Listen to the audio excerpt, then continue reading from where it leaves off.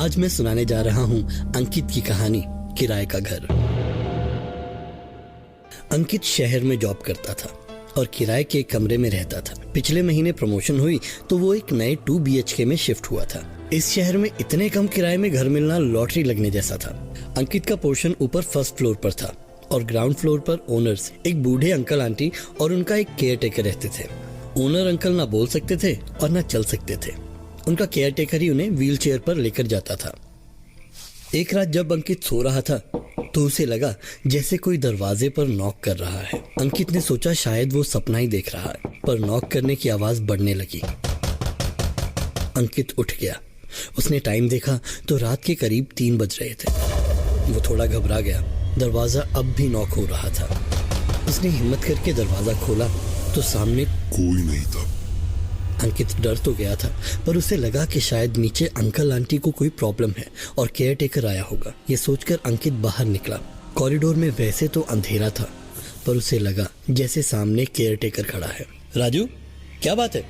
वो धीरे धीरे राजू की तरफ बढ़ने लगा, पर जैसे ही वो राजू के पास पहुंचा, एक चीख के साथ राजू भागकर नीचे के फ्लोर पर चला गया। अंकित समझ गया कि ये राजू नहीं था। अंकित बहुत ही डर चुका था। उसने सोचा भाड़ में जाए सब कुछ, मैं सुबह होते ही ये घर छोड़ दूंगा। वो जल्दी जल्दी अपने कमरे में जाने लगा, पर दरवाजा नहीं खुला। उसने बहुत जोर लगाया, धक्का मारा, पर दरवाजा जैसे अंदर से ही लॉक था। तभी अचानक उसे अंकल की व्हील चेयर की आवाज आई।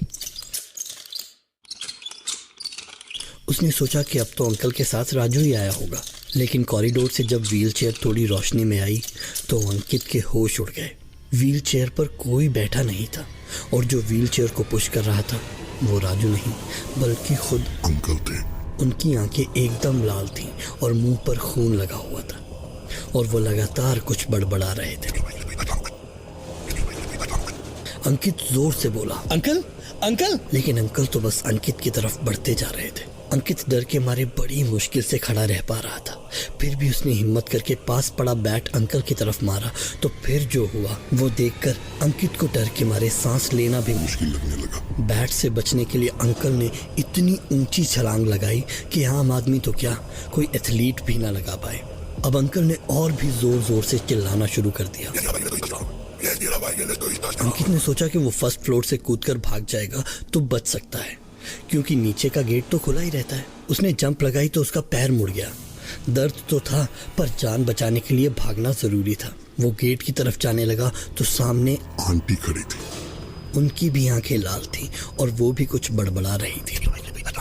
लेकिन सबसे ज्यादा डरावनी बात ये थी कि उनके हाथ में किसी की कटी हुई टांग थी और दूसरे हाथ में भी खून से लथपथ मांस का एक टुकड़ा था। अंकित को यकीन हो गया था कि आज वो मर ही जाएगा। उसने गेट के साथ देखा तो बगीचे में एक छोटी दीवार थी जिस पर चढ़कर अंकित बाहर कूद सकता था। अंकित उस दीवार की तरफ भागा तो उसका पैर किसी चीज में फंस गया और अंकित गिर गया। वो चीज कुछ और नहीं, केयर टेकर राजू की लाश थी और उसकी एक टांग भी नहीं थी।